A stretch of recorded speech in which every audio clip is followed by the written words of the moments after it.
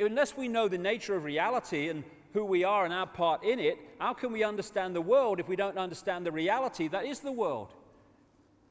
No wonder we're bloody confused. What is reality? How about that question? Oh no, that's just for scientists, it's not for you. Watch the football. Nazi propaganda minister Goebbels. It thus becomes vitally important for the state to use all of its powers to repress dissent, for the truth is the mortal enemy of the lie, and thus by extension the truth becomes the greatest enemy of the state. And the truth that is most suppressed, the biggest lie of all of them, on which all the others are based, is it's all an illusion. This physical world is not physical, it's not even out there, it's in here. It's a holographic projection, so I'll come to as we go along. It's an illusion of physicality, an illusion of solidity. We are consciousness, and it's so easy to trick the brain to see reality in ways that are not actually what it's looking at. This is this amazing bloke who draws pictures on flat pavements, and yet the mind reads them, the brain reads them as three-dimensional. Does some great stuff. There's another one. We can look at that as, 7 compartments, or we can see that as a box. Depends on how the brain reads it. These color reds are both the same, but because of their interaction and placement with other colors, they look totally different because the brain reads them differently. We are decoding reality, and how we decode it decides the reality we experience. Major, major point we need to understand. Einstein, reality is an illusion, albeit a persistent one. Why it's a persistent one we'll come to before we finish this first section. But reality is an illusion, and we need to understand that. We think that we are physical bodies, and that's who we are. I'm Ethel Jones, Charlie Smith, I'm a taxi driver, I'm a doctor, whatever. No, no! They are what we are experiencing. They're not who we are.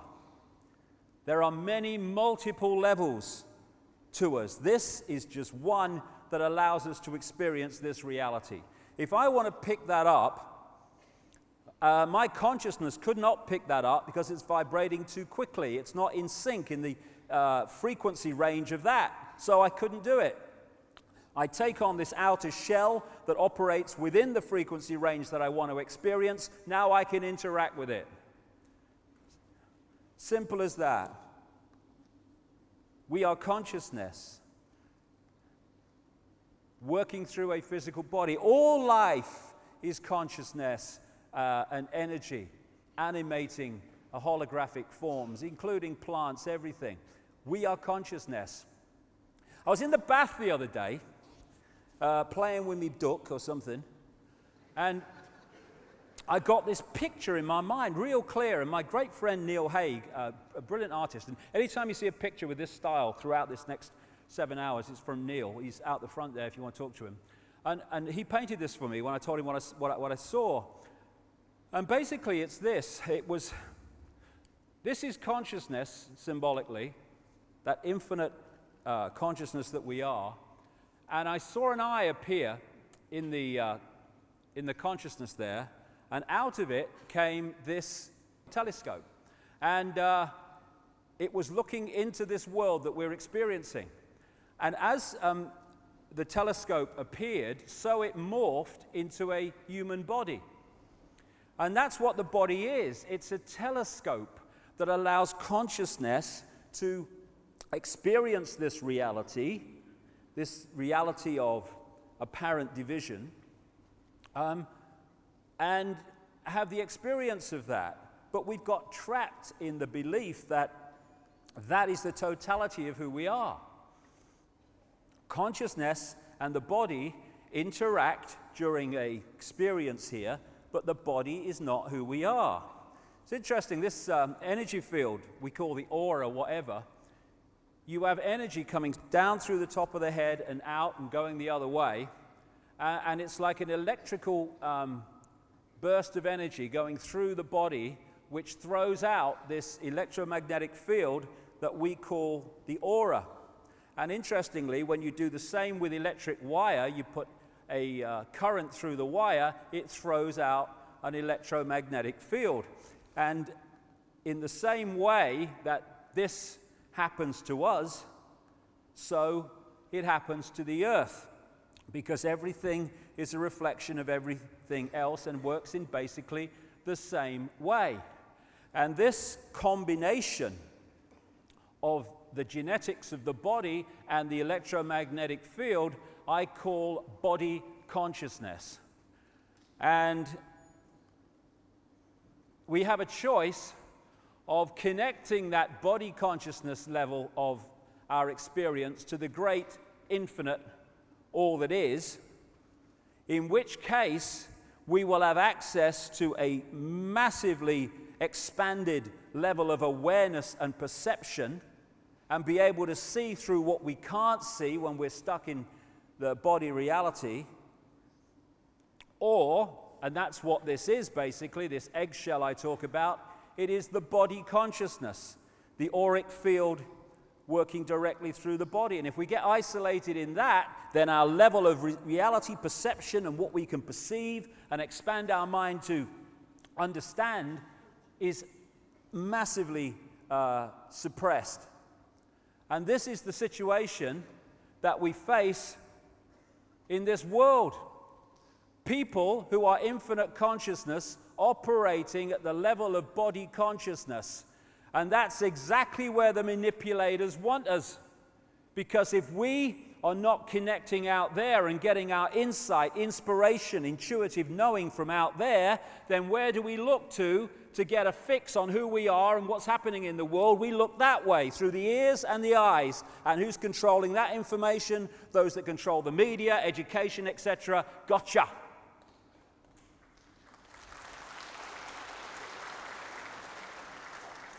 The body, I call it a genetic spacesuit.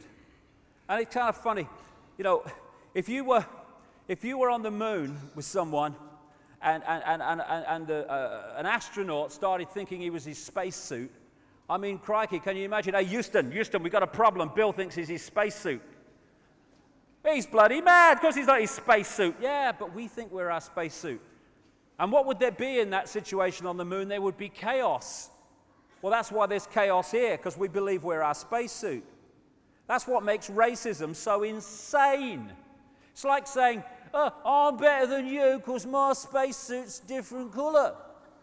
Bloody ridiculous. But the cutting edge of human knowledge, so why should I complain? We are consciousness working through the body. Now, I got a real amazing feeling for this about 2 years ago, just before I last spoke here, when my mother died, Barbara. And I went along to the funeral, obviously, and my brother had organized it. And he said to me, do you want to come and see your mum while in the mortuary or at the funeral parlor?